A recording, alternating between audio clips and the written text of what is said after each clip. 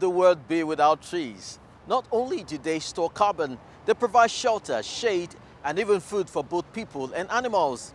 And some have the power to make us more beautiful. Far better than letting them go up in flame, I'd say. I'm Chris Lems in Lagos, Nigeria. Welcome to this new edition of Echo Africa. Hello everyone, I am Sandra Twinodio here in Kampala, Uganda. Well, Chris, I'm looking forward to hearing more about those beauty-enhancing trees. But of course, that's not all we have in store for you today. And here is what else is coming up. How a simple invention is protecting harvests in Rwanda. Why the French fishermen are skeptical about wind energy. And how a 10-year-old kid is fighting for a healthier planet. We start our show in Ivory Coast. Like some of its neighboring countries, Ivory Coast has lost more than 3/4 of its forest over the last 50 years. But remote jungle areas are still home to a number of primate species, some of which are in danger of extinction. Researchers there are interested in more than just observing the monkeys. They also want to get local people on board to protect both them and the environment. But it's not such an easy task.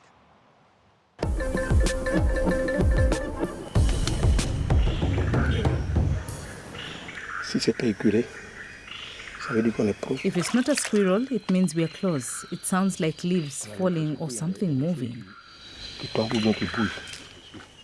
He relies on instincts that once helped him as a hunter, but now he's focused on saving the animals, monkeys in particular, using his knowledge of the terrain to support observation missions. If you go through the forest, you can find excrement like what we saw here, and you can tell what species it belongs to. 6 different species of monkey live in the Tanoi forest in southeast Ivory Coast. Among them is the rollaway, a critically endangered monkey that only found here. Over the last 50 years, Ivory Coast has lost more than 80% of its forest cover due to poaching and monoculture.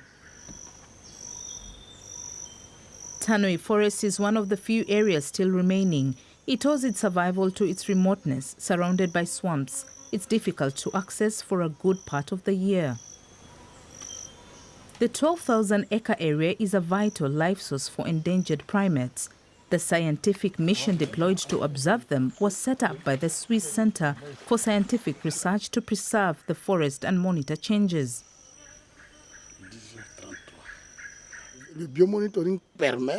Biomonitoring makes it possible to know where to invest more effort in forest conservation, because in one place there are more animal species, in another place there are more human activities. The researchers try to raise awareness in local villages. Here, they are teaching people to plant a new high-yielding variety of cassava, because if the villagers have enough to live on, they won't need to look for resources in the forest. A group of local women agreed to join a conservation and development association. When I sell the cassava, I put the profit I make in the association's fund. If the forest needs it to pay for conservation work, or if someone is sick, we then draw on that money. So it's used for both the forest and the people who need it.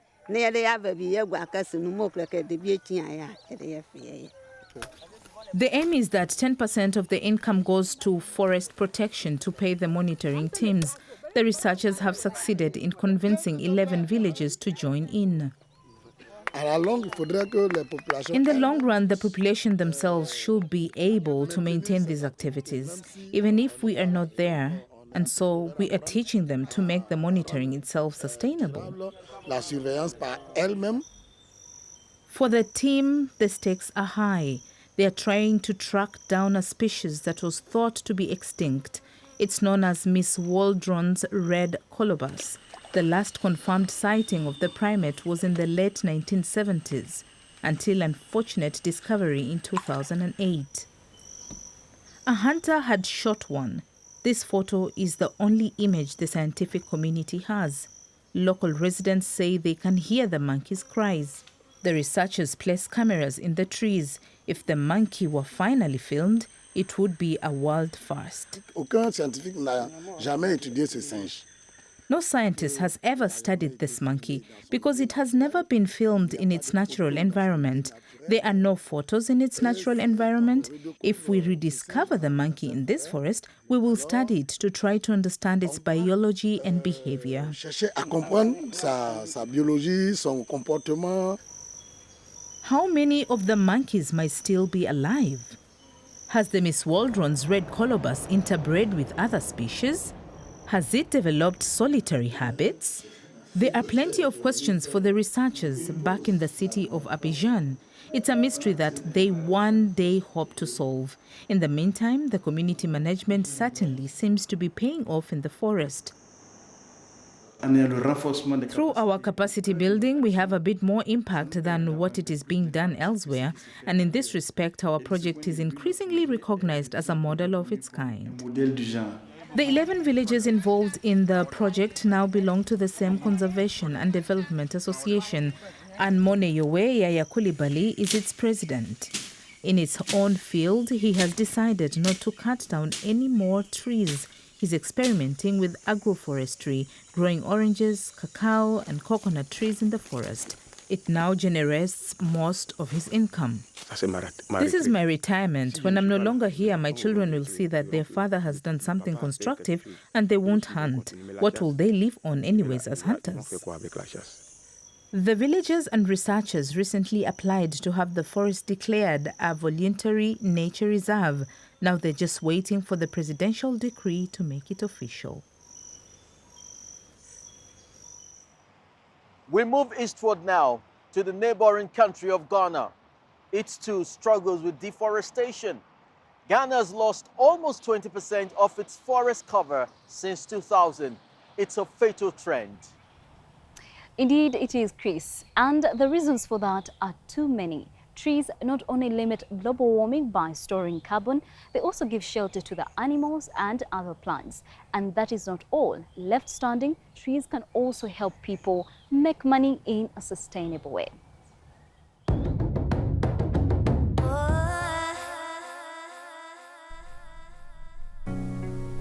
The shea tree is called the tree of life here in northern Ghana. Not surprisingly so, more than 600,000 women are processing shea nuts in the West African country. Bawa Zaida helps out today. It was her family's livelihood derived from shea nuts that enabled them to send her to university. We can either use them and make butter out of it, or process it raw and sell it. And this is where some women in my community, most women, depend on as their livelihood. Ghana is the largest exporter of unrefined shea butter. But the source of income for many women is under threat. Trees are cut down in large numbers for firewood or to make charcoal. The good news is, the Global Shea Alliance, a network of shea businesses, aims to plant 10 million shea trees across Ghana and other African countries, and also protect 4 million hectares of shea parklands. Sure, the companies want to secure their profits in the future, but at least they restore nature and protect the livelihoods of those who rely on the tree of life.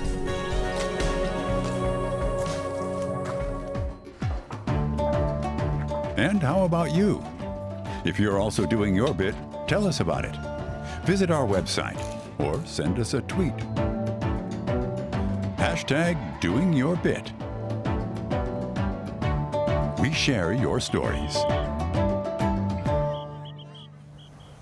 Harvest time is the most important time of the year for the farmers, and not just in Africa, but it can be difficult to store cereals or maize securely. If conditions are too damp, the grain can rot and spoil the entire yield.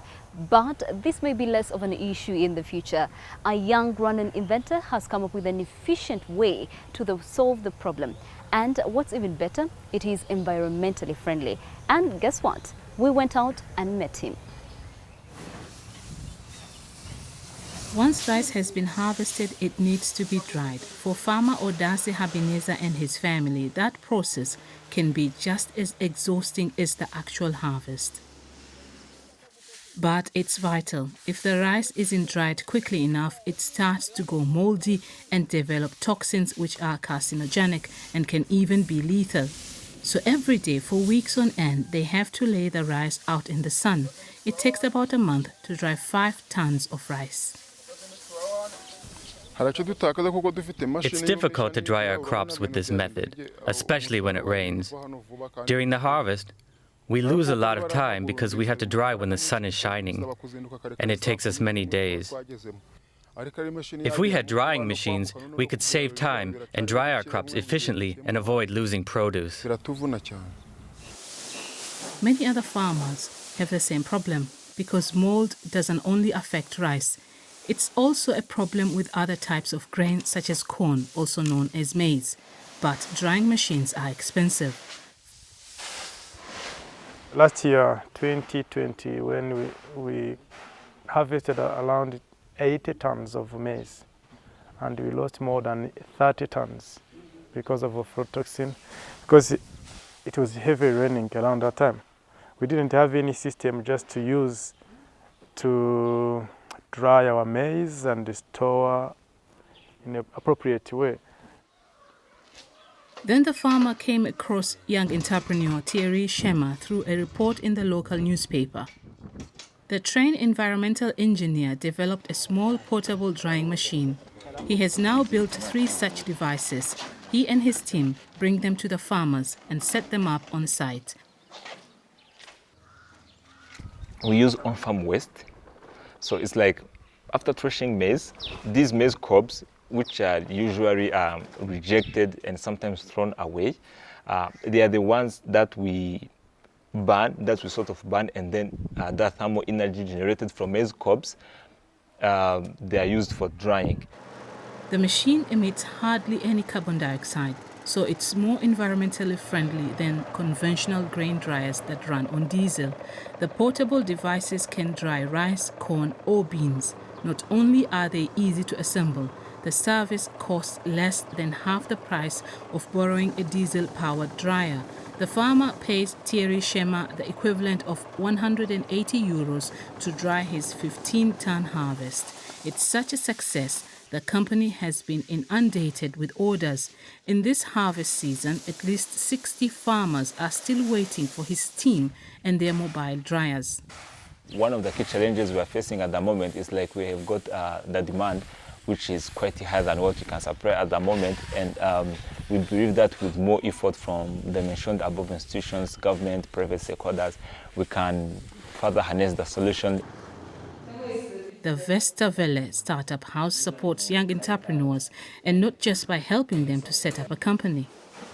We started tapping into ways in which we can support him post-incubation in terms of corporate partnership, but also linking him to different stakeholders. And through this, we saw tremendous interest from these different stakeholders, the one to work with him, the one to support him. The startup also received funding for a new prototype. What looks a bit like a pinball machine is in fact a dryer that harnesses the power of the sun. Thanks to a special coating on the base, the air in the lower section heats up to 40 degrees Celsius, even on days when it's cool. That allows 50 kilos of corn to be dried in the top section in just 3 hours. The carbon-neutral dryer is set to hit the market in 2022. We're heading to Europe now, to France. Although the country is heavily reliant on nuclear power, the fastest growing source of energy is renewables. They're increasing by almost 3% per year. Hydropower is the predominant renewable source, but now France has big plans to harness wind power off its Atlantic coast. That's right, Sandra. But not everyone is equally enthusiastic about the project. Locals think turbines high above the pristine waters would be a blot on the landscape, and their fears go much deeper. a storm against wind energy is brewing. It is 5 in the morning in the town of Ivory in Brittany. Benjamin Gaillard has to start early because there's a storm forecast for midday. The fisherman and tourist guide wants to show us the drilling ship that is preparing the holes for wind turbines off the coast.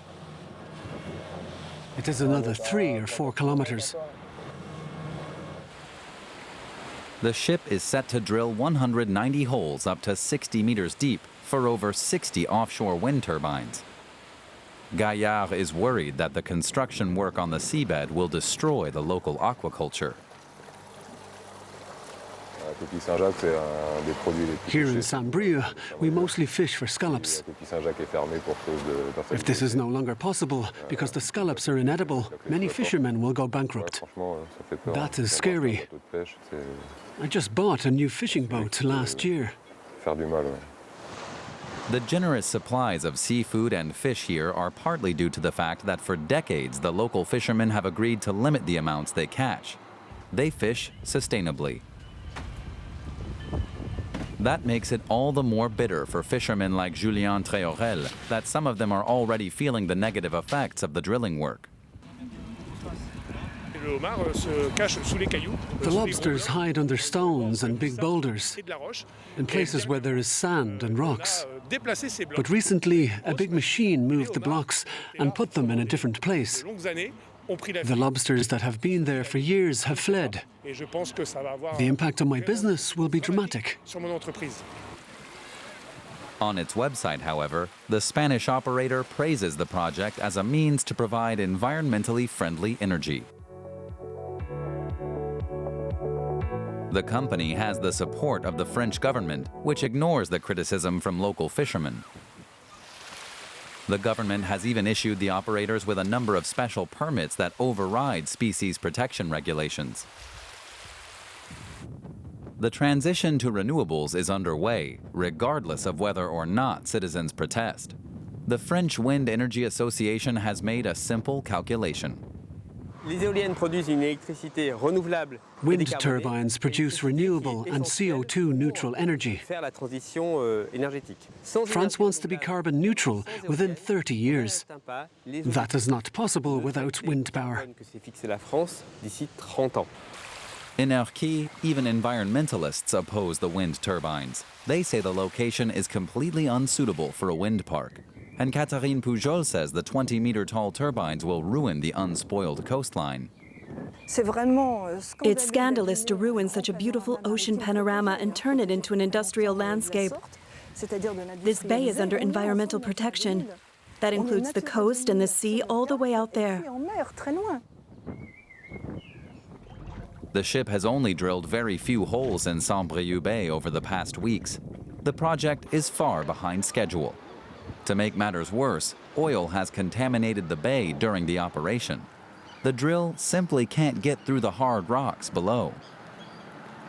When you see how slowly this project is progressing, it is clear that it will be some time until the wind park is completed. We have granite and dolerite rock. Brittany's nature simply rejects these offshore wind turbines. The local fishermen simply cannot believe that the project is still going ahead. And they're certain that ultimately they will win the fight against the wind turbines.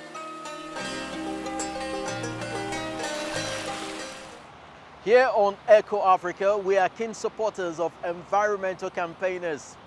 You are probably familiar with Greta Thunberg. The young Swedish climate activist began a climate strike when she was just 15 years old. And there is also my compatriot, Vanessa Nakate. She is also part of the Fridays for Future movement and was a student when she started her career as a climate activist. Millions of young people around the world have followed their example, including Romario from South Africa.